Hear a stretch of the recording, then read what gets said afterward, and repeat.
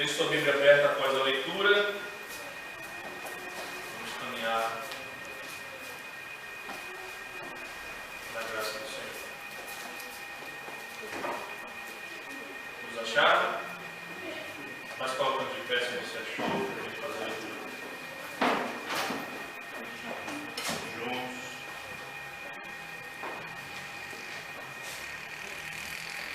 1 Coríntios capítulo 9, a partir do versículo 1. Não sou eu porventura livre? Não sou apóstolo? Não vi Jesus nosso Senhor?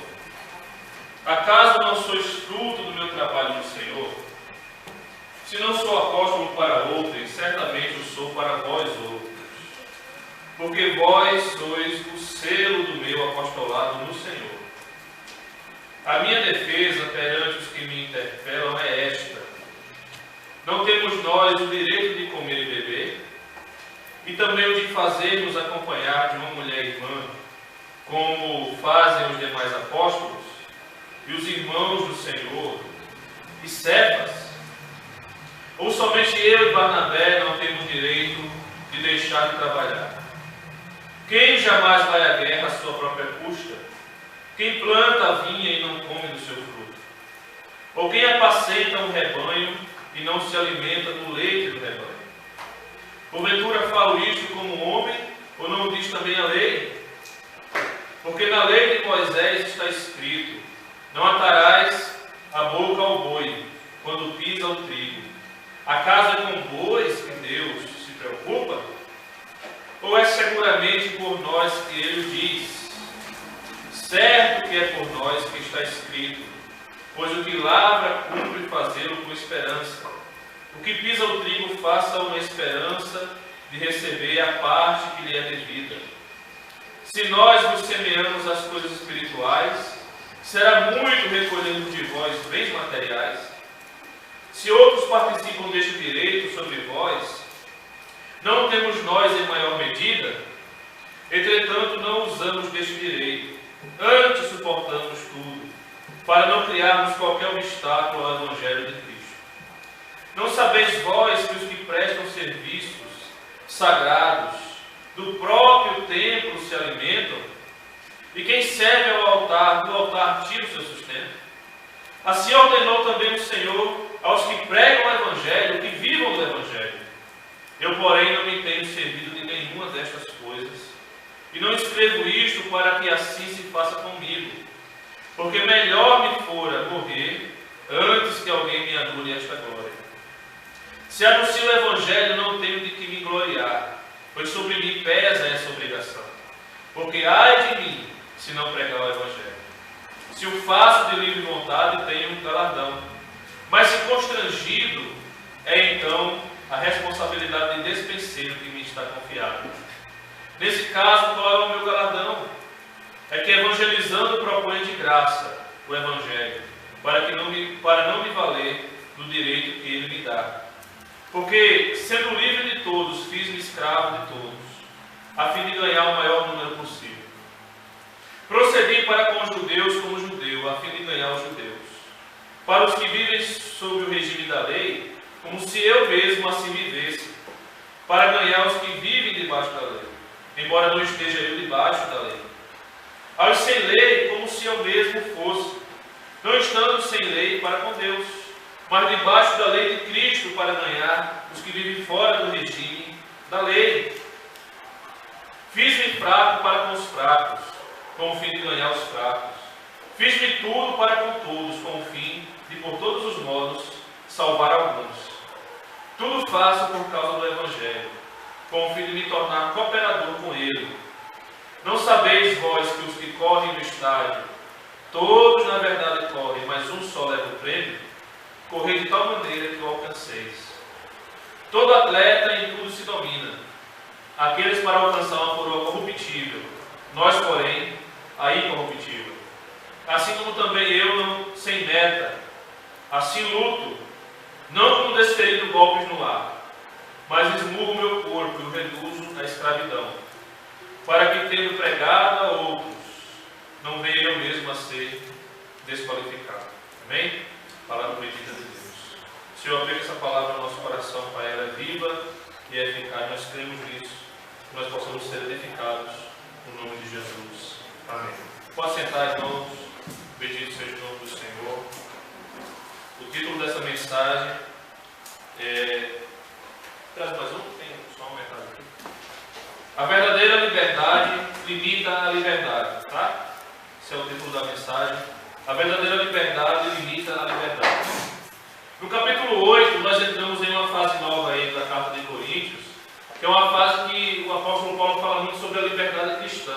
O que nós devemos fazer, não fazer, o que nós devemos comer, não comer. No capítulo 8 todo, o apóstolo Paulo falou de maneira muito profunda sobre das coisas sacrificadas a ídolos. E nós vimos aqui, irmãos, que o apóstolo Paulo usa algumas palavras muito importantes no capítulo 8. Primeiro, ele ironiza no versículo 1, dizendo que os coríntios todos eram senhores do saber. Então eles sabiam demais. E eles sabiam, inclusive, que o ídolo não era nada e o ídolo não tinha poder nenhum. E por isso, aquela cultura de Corinto que sacrificava tudo que eles faziam, sacrificavam aos deuses estranhos, para a vida do cristão não tinha poder. E nós aplicamos aqui, explicando para os irmãos, que assim é no nosso cotidiano. As coisas que estão relacionadas aos ídolos estranhos, aos deuses do mundo, ao Deus deste mundo, as coisas seculares, elas, irmãos, não têm poder sobre a nossa vida, porque a nossa vida está diante de Deus, do único Deus verdadeiro. E o apóstolo Paulo apresenta lá no versículo 5 e 6 que Jesus é esse único Deus verdadeiro, que Deus é o único Deus verdadeiro e Jesus Cristo é o Senhor. E no versículo 7 em diante ele fala para aqueles irmãos de Corinto, mas vocês têm que entender que nem todas as pessoas têm esse entendimento, nem todas as pessoas têm esse conhecimento e têm essa maturidade. E alguns têm uma familiaridade ainda com o ídolo por conta das suas histórias de vida, igual acontece hoje em dia. Se uma pessoa vem da maçonaria, a pessoa tem familiaridade com aquelas coisas que aconteciam ali. Se a pessoa vem da macumbaria, a pessoa vai ter uma tendência de tudo ver maldição, de em tudo ver trabalhos, de em tudo ver influências malignas. Mas é uma tendência que está ligada à vida, à história, à cultura daquela pessoa, não que vem da palavra de Deus. Porque o que vem da palavra de Deus é que Deus é o único Deus verdadeiro e poderoso, e aqueles que estão em Deus e aqueles que estão em Cristo, mal nenhum os atinge. Isso é uma doutrina bíblica que está espalhada pelas Escrituras. Satanás, para tocar na vida de Jó, ele teve que pedir permissão a Deus. Davi reconheceu que as suas grandes lamúrias e tribulações eram ações diretas de Deus, não do diabo. E aí, irmãos, ele continua no versículo 8, ele dá um entendimento geral daquelas questões dos irmãos comer ou não comer, e ele dá ali uma definição clara e que serve para todos os tempos e todas as épocas. Ele diz no versículo 8 do capítulo 8, não é comida que nos recomendará a Deus, pois nada perderemos se não comermos, e nada ganharemos se comermos. Ou seja, essa questão de comer ou não comer, de ser certo ou de não ser certo, de ser de Deus ou de não ser de Deus, isso aí é uma coisa que vocês estão perdendo tempo. Porque para aqueles que servem a Deus e que têm comunhão com Cristo, todas as coisas são de Deus. Se há algo errado, se há alguma influência má, pela sua oração, pela sua vida com Deus, aquela coisa é santificada. E isso aqui é uma regra geral, não é só com comida, é com todas as coisas que você faz na vida. Então eu dei vários exemplos aqui, isso faz parte da pregação passada. Eu estou só relembrando para os irmãos. Se você joga um futebol com pessoas que têm uma postura cristã, com pessoas que têm um comportamento bom, com pessoas que... Esse futebol é um futebol santo. Entende? Eu dei o exemplo aqui de passear no parque e outras coisas que na cabeça de muitos, né, ele aprendeu que aquilo ali era coisa do ídolo, aquilo ali era coisa do demônio, aquilo ali era coisa do capeta, e muitas vezes o princípio do bom senso ele é deixado para trás e você perde a sua oportunidade de desfrutar das coisas que Deus fez para serem desfrutadas. Então o apóstolo Paulo está dizendo: nada ganharemos se nós comermos, também nada perderemos se nós não comermos. Porque não é comida nem bebida que vai fazer com que o homem seja aceito diante de Deus. E ele, antes de chegar no capítulo 9, ele reafirma a questão daqueles que têm entendimento, daqueles que têm sabedoria, daqueles que já têm as suas faculdades, no sentido bíblico e no sentido de ter liberdade cristã bem definidas, eles terem cuidado por aqueles que não têm. Então ele diz: agora veja que a sua liberdade cristã, ela não escandalize aquele que é fraco na fé, que é débil na fé. Ele repete isso lá em Romanos, capítulo 14. Então, em outros sentidos, você sabe que fazer algo não é pecado, mas alguém se escandaliza ao vê-lo fazendo, então você deve evitar de fazer por conta daquele irmão que se escandaliza. E ele diz lá no final, e por isso, versículo 13: se a comida serve de escândalo ao meu irmão, nunca mais comerei carne, para que não venha a escandalizar. No final de tudo, eu expliquei aqui na pregação passada que esse texto está falando de bom senso. Bom senso. Porque, irmão, nós temos liberdade cristã, isso é uma doutrina que é dada na nossa vida. Mas a nossa liberdade cristã deve ser discernida. A nossa liberdade cristã deve ser respaldada por outras questões bíblicas de comportamento de vida cristã que estão diante de nós. Eu falei aqui até um exemplo de liberdades cristãs que já são claras na vida da igreja, né? Como é que nós vamos também ficar escravos do que o outro acha? Não é assim. Se alguma pessoa achar que eu deveria hoje estar aqui de gravata, porque nas igrejas pentecostais os pastores pregam de gravata, a pessoa pode achar isso, mas isso é uma coisa esclarecida na mente de todos. Eu não posso também ficar escravo do que as pessoas acham, porque assim eu deixo de viver a minha liberdade cristã. E aí eu dei o exemplo que quando eu ia na tribo indígena lá no interior do Rio Grande do Sul, os índios lá, que eles são isolados, eles têm muito pouco acesso a conhecimento. Então tudo deles é como se fosse a nossa igreja há 30, 40 anos atrás.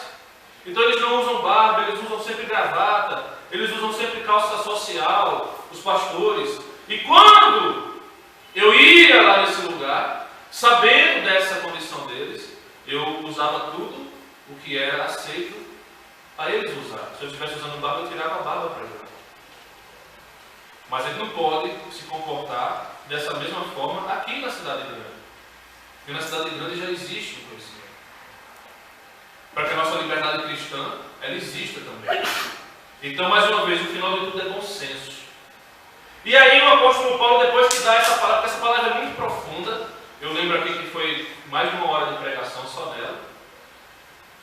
E eu não consegui nem gravar, porque a câmera acabou a bateria na metade da mensagem, e depois eu não consegui colocar no YouTube, porque eu achei que não era legal colocar pela metade, senão as pessoas poderiam não entender a mensagem. E o apóstolo Paulo, no capítulo 9, ele faz aquilo que o Ronaldo falou aqui, que a nossa pregação não pode ser só da boca para fora. A gente precisa também praticar aquilo que a gente prega. E ele mostra na prática aquilo que ele ensinou no capítulo 8, através da vida dele. Amém? E aí, a primeira leva aí dos versículos que aparecem no capítulo 9, nós vamos entender que ele está colocando, irmãos, diante daqueles irmãos, a sua vida como sendo um exemplo. Ele fala no versículo 1, não sou eu porventura livre, ou seja, eu tenho a liberdade cristã, não sou apóstolo, não vi Jesus Senhor, acaso não sou fruto do trabalho, vocês não são fruto do nosso trabalho, né? Se não sou apóstolo para outros, mas eu sou para vocês. Por quê? Porque o apóstolo Paulo foi quem fundou aquela igreja.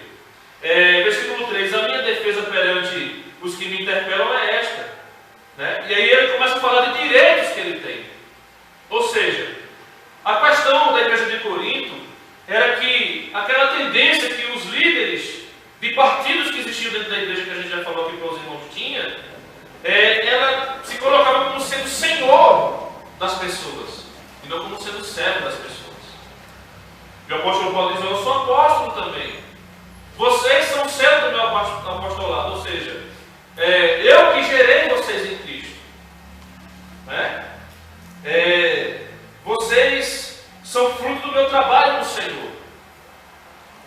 Eu sou livre para ter direitos que todo mundo tem. E ele começa a citar esses direitos a partir do versículo 4. Ele cita esses direitos, e são 3 direitos essenciais. No versículo 4, ele fala do direito de comer e beber. Ou seja, eu tenho o direito de comer e beber, ser sustentado no ambiente da igreja, porque eu sou pastor, sou missionário, sou apóstolo. No versículo 5, eu também tenho o direito de ter uma esposa. E é interessante que ele fala uma coisa importante aí, ó.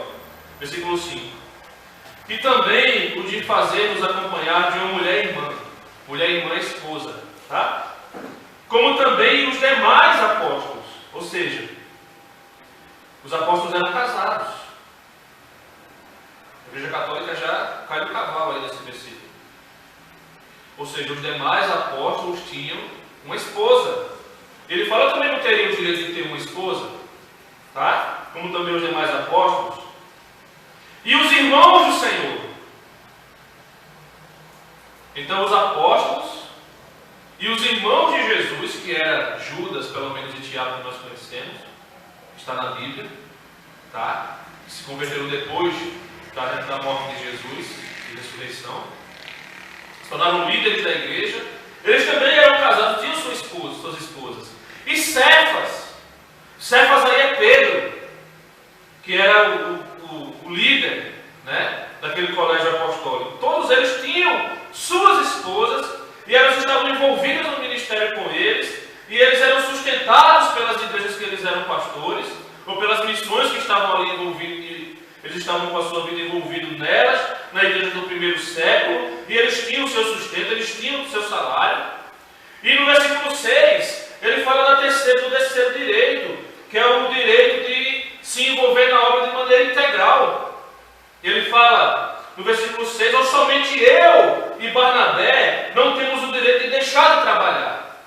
Ou seja, esses outros apóstolos e Pedro, eles não são mais envolvidos com trabalhos seculares. Eles trabalham somente na obra do Senhor. Eles recebem por isso aquilo que é devido a eles, aquilo que é legal, aquilo que a igreja pode abençoar eles. Será que eu também não tenho esse direito? E Barnabé também não tem? Só eu e Barnabé que não tem esse direito? Todo mundo tem e a gente não tem? E ele mostra esses direitos que ele tinha, né? Eram direitos que também podiam ser por ele desfrutados. Mas ele, irmãos, por amor ao Evangelho, por amor aos fracos, por amor àqueles que estavam distantes e a maioria daqueles apóstolos não conseguiam atingir, por amor àqueles que eram desprezados, por amor àqueles que eram até atrapalhados, porque os judeus eram muitas vezes orgulhosos e achavam que o Evangelho era só para eles. E aqueles gentios que o apóstolo Paulo tanto amava e foi chamado por Deus para alcançar, era uma coisa muito difícil levar o Evangelho até os gentios. Por amor a tudo isso, o apóstolo Paulo, ele se coloca como sendo não usufruidor desses direitos. Ou seja, ele se doou pelos mais fracos. Ele sabia o que ele poderia fazer, ele sabia até onde ele poderia ir, ele sabia que ele tinha direitos, ele sabia que ele tinha coisas que ele podia usufruir, mas ele não usufruiu para que pessoas fossem abençoadas. Amém, queridos irmãos? Amém. Irmão, na nossa liberdade cristã, preste bem atenção, na nossa liberdade cristã, nós precisamos entender que nós temos os direitos de fazer aquilo que, como ser humano e como crente, nós podemos fazer, mas que tudo seja respaldado pelo testemunho e a bênção da nossa vida na vida do nosso próximo. Porque quando nós fazemos algo somente pensando no nosso eu, somente pensando no nosso benefício, somente pensando no nosso crescimento, somente pensando no nosso entendimento, somente pensando nos louros e nas vitórias que nós iremos possuir com aquelas coisas que nós estamos fazendo, nós acabamos deixando de abençoar muita gente e deixando de glorificar o nome do Senhor nosso Deus. Amém, queridos? Está dando para entender até aqui? Amém? E aí o apóstolo Paulo continua mostrando algumas metáforas a respeito desse direito que as pessoas têm, né? E que Deus, Ele capacita as pessoas a ter, que Deus honra isso. A partir do versículo 7, ele mostra algumas metáforas. A metáfora do soldado que vai à guerra. Versículo 7, quem jamais vai à guerra, à sua própria custa. Depois, a metáfora de um agricultor. Quem planta a vinha e não come do seu alimento, do seu fruto, do seu rebanho, do seu alimento. E por último, quem apacenta o rebanho e não se alimenta do seu leite. Seria a metáfora do pastor. Então, nessas metáforas, ele está dizendo que aqueles que são obreiros do Senhor, aqueles que fazem a obra do Senhor, eles têm o direito de ter e de usufruir dos primeiros frutos relacionados àquilo que eles estão plantando, aquilo que eles estão colhendo, aquilo que eles estão fazendo, aquilo que eles estão produzindo na vida do próximo. E ele continua. Ele mostra preceitos bíblicos, ele não fala somente deles só. Versículo 8, ele aponta para a lei de Moisés, que era o preceito bíblico da época. Porventura, falo isto como homem, ou não diz também a lei? Porque na lei de Moisés está escrito, não atarás a boca do boi quando ele pisa o trigo. Acaso é com bois que Deus está preocupado? Ou é seguramente por nós que ele diz, que é certo, que é por nós que está escrito, pois quem lavra cumpre fazê-lo com esperança. O que pisa o trigo faça uma esperança de receber a parte que lhe é devida. Então, o preceito bíblico é que os obreiros do Senhor, eles fossem e fizessem e vivessem e se usufruíssem dos frutos que a obra do Senhor produzisse na vida deles. O versículo 11, 12 e 13, ele continua nessa mesma linha de mostrar questões que vão levar a mente daquela igreja a entender os direitos que eram dele e, acima de tudo, a entender o tanto que ele estava se sacrificando para que aquelas pessoas fossem abençoadas, ele abrindo mão dos seus direitos. Versículo 11: se nós nos semeamos as coisas espirituais, será muito recolhermos de vós bens materiais? Se outros participam deste direito sobre vós, não temos nós em maior medida. Quer dizer, lá na igreja de Corinto já tinha pessoas que usufruíam da igreja de bens materiais e de direitos devidos, de bênçãos espirituais que adivinham sobre a vida das pessoas. Isso é um entendimento que a igreja precisa ter. Vamos parar aqui para falar um pouco sobre isso. Porque, irmãos, a gente vive um tempo muito complicado diante dessa realidade. Aqui o apóstolo Paulo está fazendo algo extraordinário. Está abdicando dos seus direitos por amor ao Evangelho e aquilo que Deus estava fazendo. Mas ele fala toda hora que esses preceitos eles vêm de Deus, esses direitos estão arraigados no Senhor. Então eu quero que você pense o seguinte, versículo 11 e versículo 12. Ele está falando algo muito interessante. Ele diz, é muito pesado, olha só, ele está dizendo assim, é muito pesado que os obreiros de Deus, eles recolham bens materiais da vida de vocês, sendo que eles semearam bens espirituais na vida de vocês que não tem preço.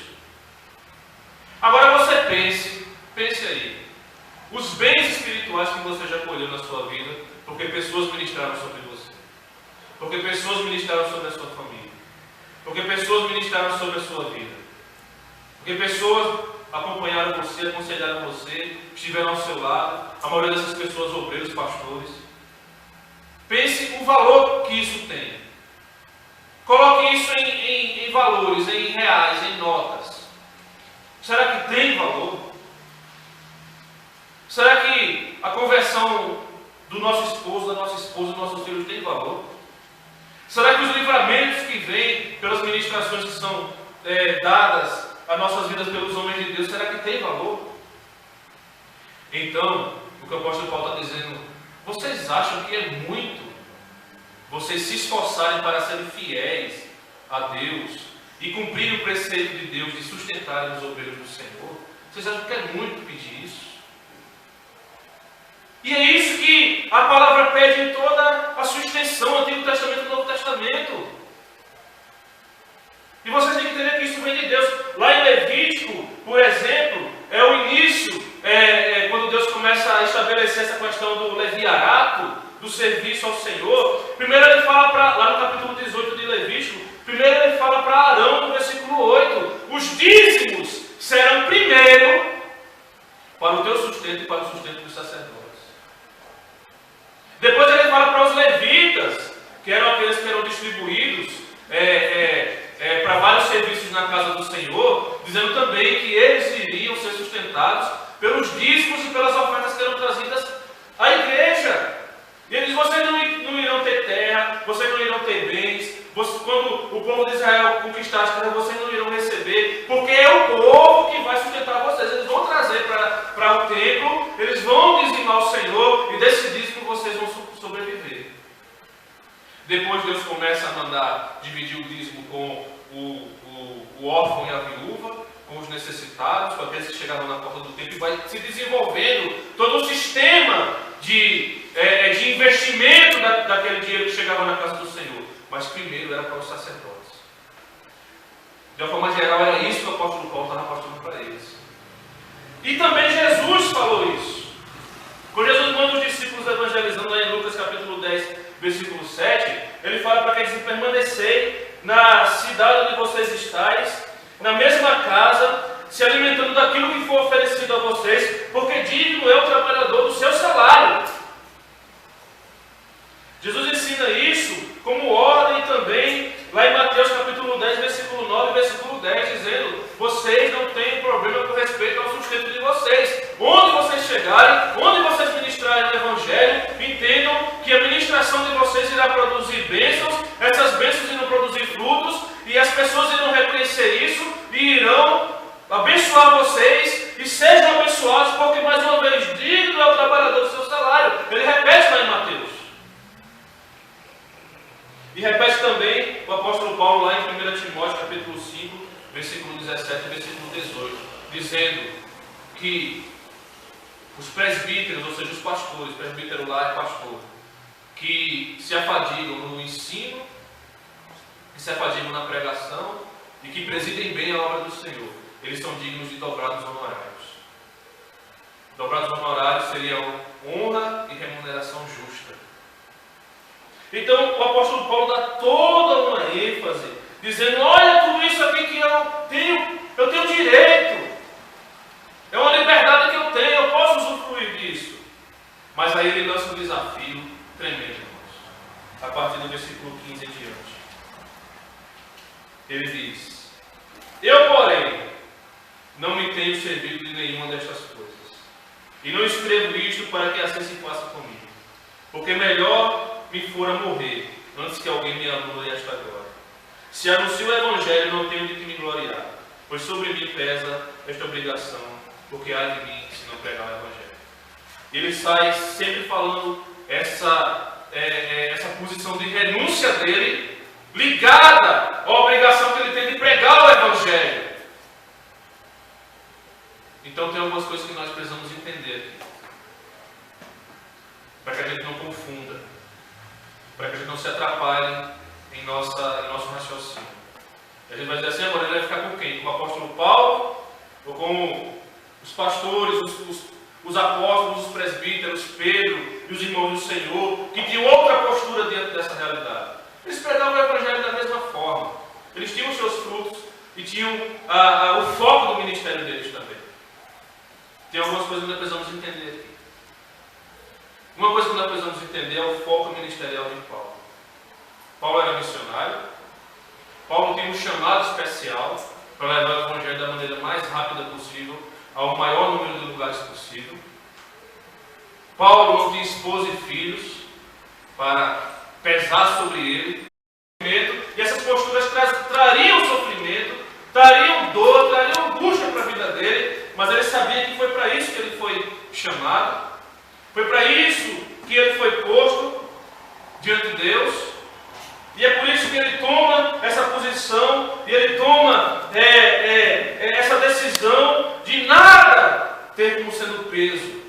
o Evangelho não fosse subjugado em sua pregação. E atrelado a tudo isso, tinha também o fato de que lá em Corinto e nas cidades adjacentes, onde o Evangelho estava sendo pregado, existiam muitas pessoas tentando usufruir, tentando tirar proveito da pregação do Evangelho. Como existe hoje, como existiu em todas as épocas, como existiu em todos os momentos da história da igreja, pessoas tentando tirar proveito do rebanho, tentando tirar proveito financeiro para suas vidas. Isso causava uma certa repercussão, isso causava uma postura de desconfiança nas pessoas, principalmente entre os gentios. O apóstolo Paulo, quando ia pregar, ele sabia disso e ele radicalmente se colocava nessa postura, para que aquelas pessoas vissem que a intenção dele não era outra senão trazer Jesus Cristo e a salvação para a vida daquelas pessoas. Porém, quando você vai olhar os textos bíblicos de Filipenses, de Colossenses, das outras cartas paulinas, você vai perceber, vai ver claramente que o apóstolo Paulo, ele tinha pessoas envolvidas no ministério dele que investiam de maneira sólida na sua vida e no seu ministério. Igrejas, muitas vezes, que ele estava pastoreando, ele estava ajudando, não queriam abençoá-lo, mas ele dizia: não tem problema, tem uma igreja, tem outras pessoas que de longe, mesmo tendo pouco, mesmo sendo uma igreja que não são ricas, eles estão enviando sustento para mim. E eu tenho, não me falta nada. Não me falta aquilo que é necessário. E eu continuo aqui pregando o Evangelho. Bendito seja o nome do Senhor. Então, mais uma vez, o apóstolo Paulo está dando um exemplo de alguém que tinha direitos completos, de alguém que tinha condições de dizer: eu quero isso, eu sou o pastor de vocês, vocês têm que me ajudar, vocês têm que fazer algo por mim também, do ponto de vista ministerial. Mas ele abdicou desses seus direitos. Ele abdicou de tudo aquilo que seria um conforto para ele, para que a luz do Evangelho de Jesus Cristo brilhasse mais na vida do próximo. Amém, irmãos? Amém. Então, isso é um problema para nós hoje. Porque, na verdade, nós não queremos abdicar daquilo que nos traz conforto. Hoje nós temos aqui, acho que eu contei 11 adultos, né? Alguma coisa assim na igreja, no culto. E eu digo para vocês, como pastor, não estou aqui reclamando, não estou nada. Eu estou dizendo para vocês que tem muitas pessoas que não vêm na igreja num dia como hoje, simplesmente por conta da chuva. Tem pessoas doentes? Tem. Tem pessoas que estão passando por algum problema? Lógico que tem. Todos os dias tem. Mas também tem aquelas pessoas que choveu, a pessoa não vem na igreja. Entendeu? O tempo fechou, a pessoa já desiste das coisas espirituais. Então, que tipo de cristianismo é esse, onde eu não consigo vencer nenhuma chuva para chegar na igreja? Para chegar num ambiente de adoração, num lugar onde eu sei que a minha presença é importante, onde vai estar os irmãos reunidos, onde a palavra de Deus vai estar sendo ministrada, e isso é importantíssimo para a minha vida e para a minha semana, onde ali eu vou compartilhar, vou receber alguma coisa de Deus, vou dar alguma coisa de Deus também, e por conta da minha própria vontade de querer descansar, de querer, sei lá, alguma coisa parecida, eu esqueço desses compromissos espirituais, e eles ficam em segundo, terceiro, quarto e quinto plano. E aí, irmãos, nós vimos toda hora as pessoas dizendo: que a gente não vê o poder de Deus na igreja, que a gente não vê mais Deus fazendo milagre, mas não vai fazer mesmo. E não vai ver mesmo não, porque Deus não é menino. Deus não é besta para abençoar a gente dessa maneira. Os exemplos estão nas Escrituras. Ontem eu fui convidado para um jantar, o cara falou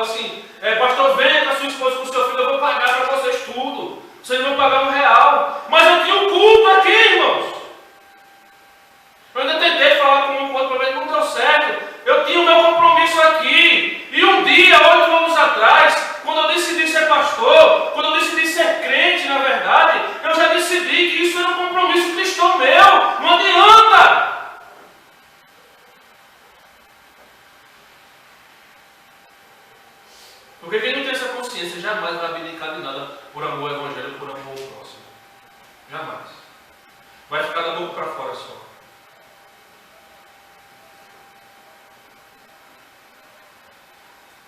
Às vezes a gente vê pessoas brigando por conta de questões relacionadas à espiritualidade, relacionadas a questões teológicas, relacionadas a questões isso, aquilo, mas você não vê passos direcionados à vida de compromisso, de sacrifício, que vai ratificar o que você está fazendo, o que você está dizendo, o que você está querendo falar, provar ou defender. É vida consagrada que faz a diferença, irmãos. Que nos dá autoridade de falar do nome do Senhor e de, quando nós falamos, Deus impactar vidas. Porque nós falamos e dizemos, eu falo e eu faço. Eu falo de bom senso e eu pratico bom senso. Eu falo de liberdade cristã e eu pratico a liberdade cristã de uma maneira com bom senso e com sabedoria. E eu sacrifico também essa minha liberdade cristã quando é preciso sacrificá-la. Eu ensinei algo muito simples aqui à igreja logo quando eu cheguei, que a gente precisa sempre estar relembrando. Porque nós, como crentes, temos, todos nós, líderes, todos nós, temos uma tendência muito grande de querer que tudo seja, irmãos, e que tudo aconteça de uma maneira que nos agrade, da maneira que nós achamos melhor. Se eu acho que esse banco ele fica bonito pintado de verniz, se alguém vem e pinta o banco de preto, azul, amarelo, sei lá de que cor for, eu vou achar horrível. Porque eu acho legal que seja de verniz. Mas na igreja eu não devo pensar assim. Eu devo pensar o que é melhor para toda a igreja. E quando eu entendo que o melhor para toda a igreja não é o melhor para mim, eu entro nessa condição de bom senso, de entender que não é a minha vontade que tem que imperar, é aquilo que vai beneficiar toda a igreja, a maioria da igreja, irmãos. Se a gente tiver essa consciência, muito problema cai por terra na vida da igreja e na nossa vida espiritual. Muito. Porque nós temos que ser uma igreja bíblica, uma igreja saudável, uma igreja doutrinária, tudo isso nós temos preservado. Mas nós temos também que ser uma igreja relevante. Nós temos que ser uma igreja que consegue dialogar com a contemporaneidade, com os dias atuais, com as pessoas atuais. Senão não vamos ter impacto de igreja. Entende, amados irmãos? Por último, depois que o apóstolo Paulo fala dessa sua grande abnegação, versículo 22, fiz-me fraco para com os fracos, com o fim de ganhar os fracos.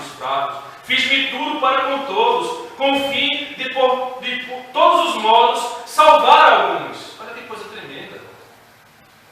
Olha que coisa tremenda. Aí ele entra naquilo que eu quero encerrar a mensagem. Ele entra no aspecto da disciplina, da autodisciplina, para que a gente possa alcançar a verdadeira liberdade, limitando a nossa liberdade muitas vezes. Amém? Limitando a nossa liberdade. Ele diz a partir do versículo 23: tudo faço por causa do Evangelho, com o fim de me tornar cooperador com ele. Não sabeis vós que os que correm no estádio, todos na verdade correm, mas um só leva o prêmio? Correr de tal maneira que o alcanceis. Naquela época existiam muito os jogos istmicos, que eram como se fossem os Jogos Olímpicos hoje. Nasceu lá na Grécia Antiga, então Corinto era lá naquela região.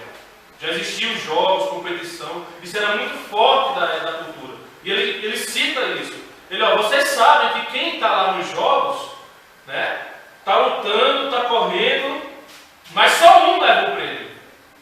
Então vocês devem, também na vida espiritual, na vida de crente de vocês, agir dessa maneira. Lutar como se fosse um atleta. Versículo 25. Todo atleta em tudo se domina. Aqueles para alcançar uma coroa corruptível, ou seja, aqueles lá dos esportes, eles vão alcançar um prêmio, uma coroa, mas essa coroa, ela se corrompe, ela acaba aqui nessa terra. Nós não, nós iremos alcançar a coroa incorruptível, a coroa que nós iremos alcançar com esse nosso trabalho cristão, irmãos, de consciência de liberdade cristã plena, né? É um galardão e uma coroa que irá ser usufruída pelos séculos dos séculos. Amém, amado? pelos séculos dos séculos você irá usufruir. Assim como também, não sem meta, luto, não desferindo golpes no ar, mas esmurro o meu próprio corpo e o reduzo à escravidão, para que, tendo pregado a outros, não venha eu mesmo a ser descrucificado. Então, ele fala sobre o desafio dessa questão da autodisciplina, do versículo 24 ao 27. Ele fala sobre recompensas, ele fala sobre meta, ele fala sobre disciplina. O esmurro do meu próprio corpo aí, entenda que é uma forma de ele apontar para a necessidade da disciplina. Né? Eu não consigo ver um homem como o apóstolo Paulo dando um soco nele mesmo. Né? Isso é uma comparação que ele faz. Eu esmurro meu próprio corpo, que é o sentido mais profundo da disciplina. A disciplina dói. Eu já falei aqui várias vezes para os irmãos, a disciplina causa dor, causa angústia muitas vezes em nós. A disciplina marca pelo menos uma semana, 15 dias de oração, todo dia, 5 horas da manhã para você ver. O segundo, terceiro dia você levanta igual uma ameba. O corpo dói, a cabeça dói, o olho quer fechar. Mas a disciplina vai fazer você esmurrar aquela sua condição de sono, de sonolência, o que for, e você vencer para você orar. Experimenta jejuar. Experimenta jejuar um dia todo, se você tivesse o costume de jejuar. Quando dá meio-dia, irmão, parece que entrou um time de futebol dentro da sua barriga. Né? Um chuta para a lateral, outro faz o gol, outro... Pelo amor de Deus, o que é que tem aqui dentro? Está tudo reclamando. Mas você precisa esmurrar, você precisa vencer para ter disciplina. O grande problema de vitórias espirituais que não vêm sobre a nossa vida é porque nós não temos exercitado disciplina, com metas, com desafios, com a noção plena que virão recompensas sobre a nossa vida. E aí, queridos irmãos, nós iremos discernir todas as coisas, viver a liberdade cristã e limitar a liberdade cristã quando for o caso. Estender a mão de misericórdia e de graça para aqueles que não vivem essa liberdade, entendê-los. Tratar também com graça e com amor aqueles que vivem uma liberdade cristã legalista, porque ou você sai de mais para um lado ou sai de outro. O desafio bíblico é você ser centralizado, é você ser equilibrado. Porque se você pega firme demais nessa questão, você vira um legalista. Não pode isso, não pode aquilo, não pode aquilo, não pode nada. E se você afrouxa demais, você vira um libertino. Eu posso tudo. E lá no versículo 8, como eu já falei, no início do versículo 8, o apóstolo Paulo, ele diz isso para aqueles coríntios, dizendo: vocês sabem de tudo, mas na verdade vocês não sabem de nada. Porque se vocês soubessem de tudo, vocês pelo menos amariam o próximo. Ele ironiza, ele bate firme naqueles irmãos, para que eles entendam que o equilíbrio é um desafio da vida cristã. A liberdade cristã existe e ela é sobre nossas vidas. Mas nós precisamos limitar a nossa liberdade para abençoar o próximo. Amém, queridos? Amém. Lembre disso lá no seu trabalho. Lembre disso lá dentro da sua casa com os seus familiares que ainda não são cristãos. Lembre disso quando você estiver pregando o Evangelho, ministrando o Evangelho para outras pessoas. Amém? Parafraseando o apóstolo Paulo para encerrar, ele diz no versículo 23: tudo faço por causa do Evangelho, com o fim de me tornar cooperador com ele. Tudo faço por causa do Evangelho, com o fim de me tornar cooperador com ele. Meu irmão, o Evangelho é o poder de Deus. Não somos nós que temos poder, é o Evangelho que tem poder. Se você, Spurgeon dizia que se você soltar um leão, ele vai fazer o trabalho dele. Ele é um leão, ele vai caçar, ele vai derrubar aquilo que está na frente dele, porque ele é um leão. Ele fala que o Evangelho é a mesma coisa. Se você pregar o Evangelho, se você soltar o Evangelho vai fazer o trabalho dele. Bendito seja o nome do Senhor. Lutero disse que o cristão é o mais livre de todos os senhores. não está sujeito a ninguém. E o cristão é o mais obediente de todos os servos, está sujeito a todos. Equilíbrio, para que a gente possa viver um evangelho de graça, um evangelho de verdade e um evangelho que nos faça abençoar outras pessoas. Amém, irmãos? No nome de Jesus, Deus aplique essa palavra aos vossos corações e abençoe a vida de cada um, no nome do Senhor Jesus. Vamos colocar a mensagem no YouTube, depois para vocês conferirem. Tem outros textos, tem outras coisas para falar, mas o tempo já está bom.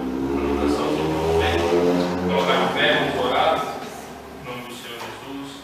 Deus abençoe sua vida, sua semana, seja uma semana abençoada, uma semana de graça, na presença do Senhor. No nome de Jesus. Curva sua cabeça, vamos orar ao Senhor. Pai bendito e santo, nós oramos e agradecemos, Pai, por esta oportunidade de ouvirmos a Tua palavra, Senhor. Aplica ela ao nosso coração, nos dê graça. Nós sabemos que somos, ó Deus amado, tão limitados, Senhor. Se não for a Tua mão estendida nos ajudando, nós não conseguimos, Senhor, cumprir a Tua palavra, que é perfeita, Pai. Então nos ajude, envie o Teu Espírito, nos dê disciplina, nos dê força, nos dê, ó Deus amado, condições, Pai amado, de lembrar os princípios que estamos aprendendo a cada semana, a cada domingo, a cada encontro nosso que estamos diante da Tua palavra, Senhor. No nome do Teu Filho Jesus, abençoa os Teus filhos durante essa semana, seja uma semana próspera, uma semana, meu Senhor, de realizações, que o Senhor Deus, na vida deles, Pai, se manifeste com bondade, misericórdia e amor, no nome de Jesus. Amém. Ainda de pé, irmãos, vamos encerrar. Vou chamar a Julinha aqui na frente. Vamos orar pelo Teu filho e pelo Isaías.